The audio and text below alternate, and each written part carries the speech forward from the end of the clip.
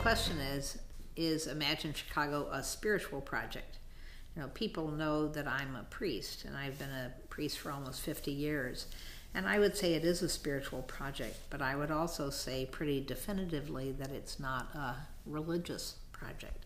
It hasn't been done from within a particular faith perspective, but it's been really looking for those things which are spiritual dimensions of human life, which have to do with, you know, what we long for, which is better, what we long for that moves us towards a greater sense of wholeness and unity and good, if you will, and how we go about creating practices within community that inspire people to move together in that direction. I think in the tradition out of which I come, the Judeo-Christian tradition, there were two important roles within the community, leadership roles within the community. One that of the prophet and one that of the priest. The prophet was always speaking a new word, you know, often which would begin by, "It was said, but I say to you." And the prophet was claiming that in the name of God. If you think of God as a symbol of the greatest thing we can imagine, which is creative, which is dynamic, which has something to do with life, that the prophet is saying, here is the newness which is demanded of us, and here are the actions to move in the direction of that. The priest is bringing the priest is entrusted with that ministry of reconciliation, which brings things into harmony, into relationship with God and into relationship with one another. So forgiveness and reconciliation, but also of being at one with God.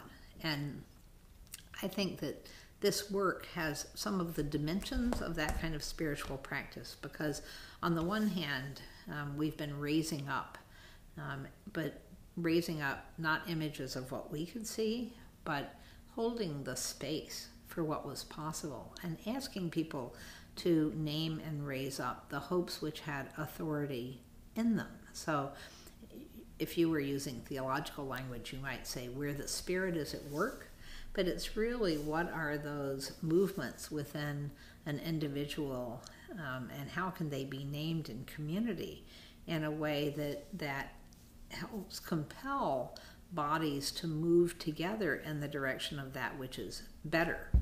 You know, two things are always mediating between the present conditions and the aspirations that we have. You know, one of those is language and one of those is institutions. So it becomes, there's an important moment of listening for the word, this inbreaking word which gives life, and helping the community to name that in a way which is genuinely inspiring. And secondly, to say, in light of that word, then what are we to do? What are the actions? What are the next steps? And how can we do it together? When you mobilize communities to work together across difference, I think it really builds confidence in that wholeness and the wholeness of the life project itself and the underlying unity of life, which the scientists are telling us now is validated by a lot of scientific research in both physics and biology. And so I think, you know, what Imagine Chicago has been doing, in a word, is really building communities of faith, not faith in prescribed and traditional authorities and symbols, but faith in the future which we can create by listening to what is emerging and working together on behalf of what seems to be more whole. And wholeness in the body politic looks like justice and integrity, and wholeness in the life project looks like right relationship and right balance to the rest of the natural order, not only to human life, but to that which lies beyond it.